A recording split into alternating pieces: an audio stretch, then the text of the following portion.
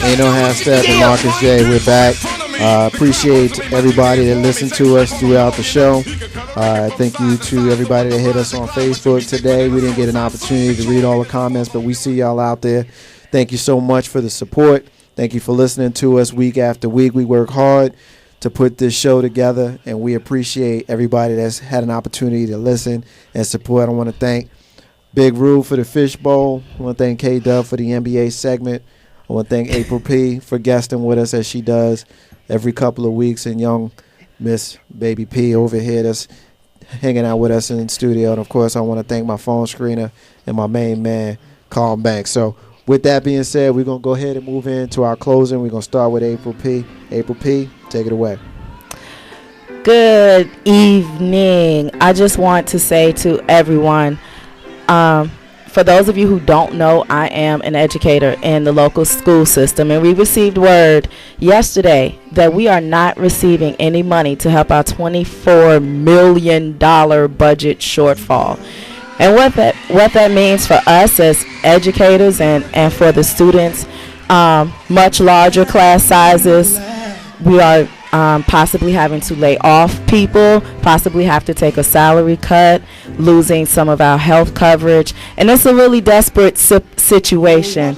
It's unfortunate that our children have to lose out because adults mismanage the money.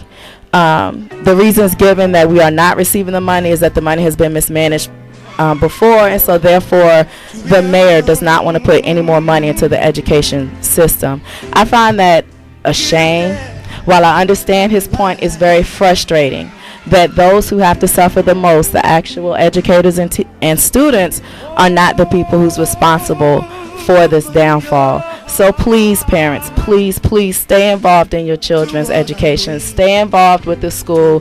Volunteer. If you're at the store, just pick up random stuff. If you're picking up stuff for your children, pick up extras for the class, because believe me, we pay out of our pockets as educators way more than the $250 that the government allows us to claim on taxes. So with that said, and as Donnie Hathaway is playing in the background, Young, Gifted, and Black, please take care of our young, gifted, and black children. Peace.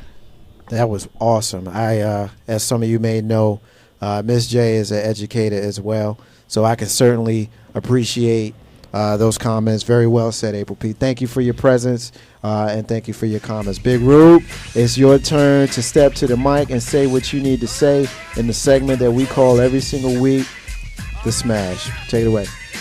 Yo, this is Big Rube, and this is The Smash, and I'm really pissed right now. Excuse my language. The reason why I'm upset is because simple. What is music today? Really? A couple weeks ago, MTV released a top 10 hottest MCs. This list is atrocious, not in the people on it, but the ranking system. Now, before I get started on my soapbox, impact, sales, lyrics, style, and intangibles. Those are the 5 criteria that you use. Now, first of all, let's start at the top. Rick Ross. The dude ain't come out an album in 2 years. How is he 2012 highest MC? And he ain't done nothing. Yes, he is now a producer. Yes, he has created his own record label. I haven't heard a Rick Ross track in like 10 months. Are you kidding me? Drake, keep moving. He hasn't released anything since his freshman album that's any good. Kanye West, I'm sorry. And Jay-Z's number 6. Am I the only person on this planet that think that album was terrible? Oh, wait a minute. No, there are at least 2 other people in here who think that way, because we talked about it a couple months ago. That album is straight garbage, and there's only like 2 tracks on it, and one, I'm being nice saying 2. There's 1 track that's decent, the rest of them are just terrible. Nicki Minaj, I hate to give her any due, but at the NBA All-Star game, that was pretty horrible. Lil Wayne, no comment. We keep moving. He don't even get no respect. Meek Mill. Your name is Meek Mill. You've come out with a couple tracks under Rick Ross, and you're higher than the guy who's number 10. I don't even understand it. Big Sean, he's come out with 2 tracks. Really? Does he even deserve to be on this list? Number 9, Wiz Khalifa. This dude is actually talented, and he's number 9.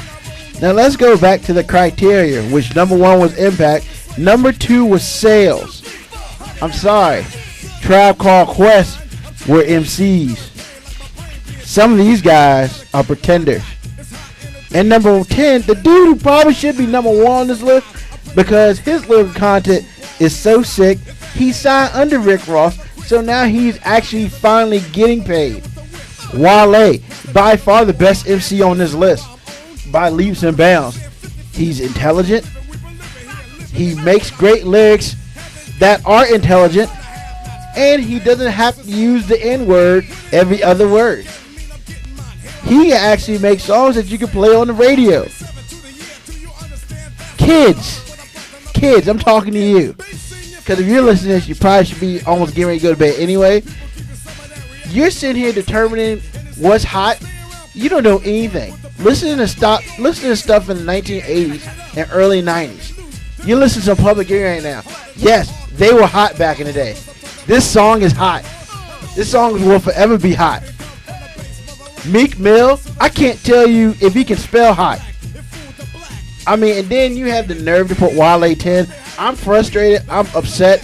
And this is a disservice to anybody who is a lyricist.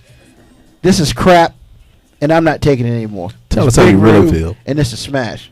How you really feel, Big man? Rube at the smash. He Did he smash his phone? He just smashed his phone. I think he wanted to simulate dropping the mic. I guess so, but that should have been a little bit closer to the mic. I could drop the mic. I just didn't want to break it. All right, well, we're going to move on to Carlton's Corner. Carlton, tell us what you got to tell us tonight, my man. You know what? First again, let me go ahead and give a shout out to 130 years of historically black college university, Virginia State University. I'm not going to sing the evening song as I would like to. However, I just want to say this. A statement means more when you say nothing at all. If you're ballin', it will show. If you're confident, it will show. If you're unhappy, if you're in a happy, loving relationship, it will show. If you love being single, it will show. If you're living and loving life to the fullest, it will show. If you're miserable, that too will show. No need to get on Facebook every day, Twitter included, to declare these things to convince others and yourself. Because if it's true, it will show. That's my little rant for the day. And I'm going to go ahead. But you know what, though? You know what? That's a perfect rant. You know why? Because I think we've talked about this, Carlton, before. Oftentimes you get people, they want to tell you the entire world, and all their business, and all their baby mama's business, and all their cousin's business, and Pookie's business, and Craig's business, and the person who they met 10 years ago who ain't seen in 2 weeks business. All that kind of crazy stuff. Yeah. You got to hear about it. You got to hear about it. I ain't got time for it. On Facebook. Terrible. Just terrible. Well, we've come to the point of the show where we have to wrap up. I want to, again, thank everybody here in the studio with me. I want to thank April P. She's done her monthly spot with us tonight, and Little Miss P. Want to thank you guys sincerely for your presence. Thank you so much. I want to thank once again Big Rube for making noise during my segment, and I want to thank him for holding me down last week while I was out at the studio. Of course, did the show from remote, but he sat in the chair, did a fabulous job as Carlton had done when I was out before. I want to thank Carlton Banks for always holding me down, phone screening, and doing anything else that we need to do to help produce the show. I want to take a moment, thank K-Dub for calling in week after week and doing the NBA segment, and giving us all the information and keeping us enlightened on all things National Basketball Association. I guess it's my turn to step upon my soapboxes.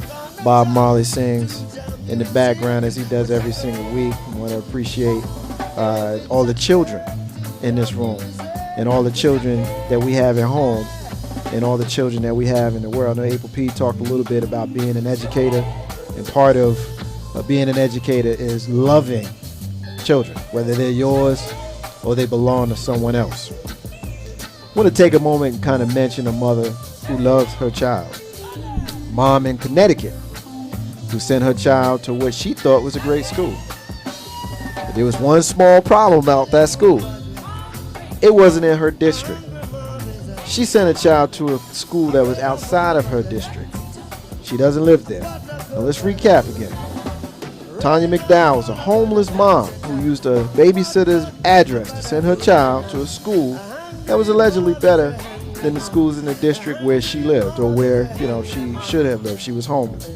When the authorities found out, she was arrested, and once their trial and everything came up, she was sentenced to 5 years in prison. 5 years in prison. 5 years in prison. Her crime? She stole free education, y'all. She went to prison for 5 years for stealing free education. The state estimates that she stole somewhere around $15,000 in the education of her 5-year-old. $15,000 she stole in the education of her 5-year-old. Now, some folks will point out the fact that she had a drug charge. Drug charge, of course, they want to say would lead to the fact that she got so much time. But let's be clear. That drug charge that she got came after she was arrested for the school incident, and the fact that she had that drug charge dropped and didn't have any time for it. She was facing 7 years, so all in all, she was facing 12 years in prison. They dropped the drug charge. They asked her to plead to it so that they can get her on the school charge. It's crazy. So this homeless parent who tried to make a way for her child to go to school is now being punished by being taken away from that child of 5 years for 5 years. There was a case last year of a woman in Ohio who has similar charges. She was sent to jail for 10 days. Now, even 10 days sounds a little bit crazy for a quote-unquote crime like this. We're sending moms to jail now for sending a kid to school out of district. Just think about that. Anybody else find that just immoral, just a little bit crazy? Maybe we should start sending folks in Harlem to jail, life in prison for jaywalking. What y'all think? That's the Marcus's unrelated rant. And it got nothing to do with what we talking about here today. That's the end of the show. We're going to go ahead and wrap it up. We'll be back next Tuesday from 7 p.m. to 9 p.m. globalscaleradio.com. In the words of Bob Marley, in the abundance of water, the fool is thirsty. Ain't no half step, and Marcus J. We'll be back next week. Peace.